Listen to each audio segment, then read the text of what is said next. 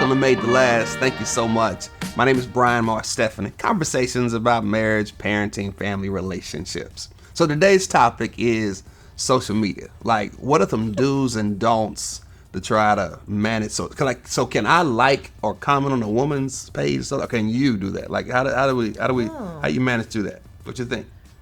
Yeah, I'm going to be concerned if you are following like big booty girls or something like that, and you're liking that. Like if you're following like Meg Thee Stallion, I might have an issue. Follow Meg? No. Okay. No. Well, I better go and follow. No. So you think? Hey man, no. So what you're saying is that you think one of the boundaries is who we follow. Like if you're married in a serious relationship, who you follow is important, right? So you're saying you think. I think you're right. I think we. Would you want me following? I don't think I need to be following some like big buff dude. Yeah. Yeah, that probably him in your feed every day. That probably ain't healthy. So yeah, I think that's a good one. Yeah, I don't think that's healthy. Okay, so what about liking big booty girls? Or why you keep saying big booty girls? I ain't got no big booty girls in my feed. I know you don't have any big booty girls in your feed, but I'm just saying. You're saying if I did, it'd be a problem. If you did, it would be a problem. Okay. I would be kind of concerned. You'd be concerned. Like he's not. Why is he looking at all these other women in his feed? Is it not just looking at me? It's okay. I follow women, but I just can't follow voluptuous. Yeah, if you're super sexy kind of situation. If she's posting like inappropriate stuff, like if she's posting like thirst. Okay, all right. So what about DMs? So what about messaging? Do we need to look at each other? Do you feel like couples? You feel like that's a boundary? They need to look at each other's messages. If I have to look at your DMs, or I have to go look on your page to see what you're doing, then that's an issue between us. That's a serious trust issue. Mm-hmm. You've never given me a reason not to trust you since even when we were dating and so on. So that's not my issue as far as. But for general couples, should they have access to each other's social media? I just don't have that much time. It's enough that I'm looking at TikTok and finding my own little. I would say this: if you're that insecure, I would suggest some therapy. If I have to have access to your social media to check your DMs and see what you're doing, that's more of an issue of trust. I think yes, you should have some boundaries. You should have some boundaries, and maybe that's a discussion that y'all have. Right. And if you know your partner's insecure, like we'll joke and play around, like, "Ooh, look who's trying to get after me today," or something like that. However, I think you do need to be sensitive to your partner.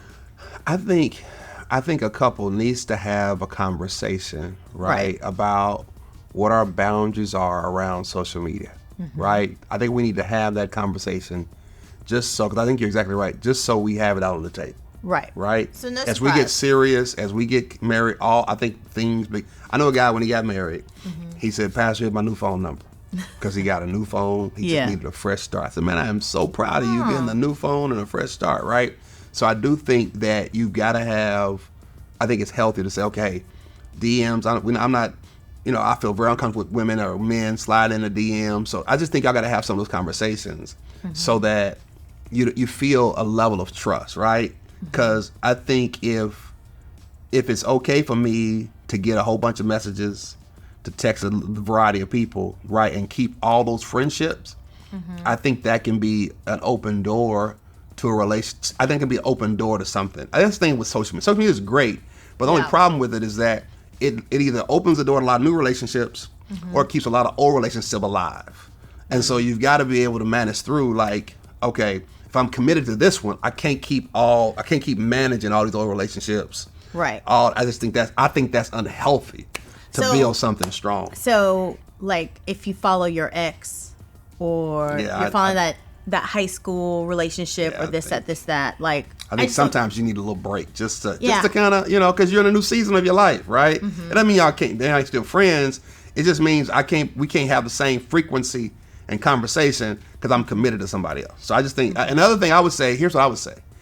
I don't know if your spouse needs to look at your DMs, but I would say you need to know the brother. I have men, we look at each other's stuff sometimes or look at their phone. I think that's healthier than my wife because my wife, then sometimes your spouse doesn't always, you know what I mean? They immediately, but if you got a good homie, they can keep you in check, man. Say, hey, let me see your phone.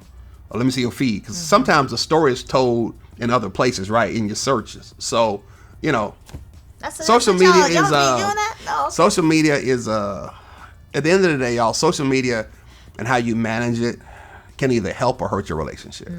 You got to think about what works for us, right?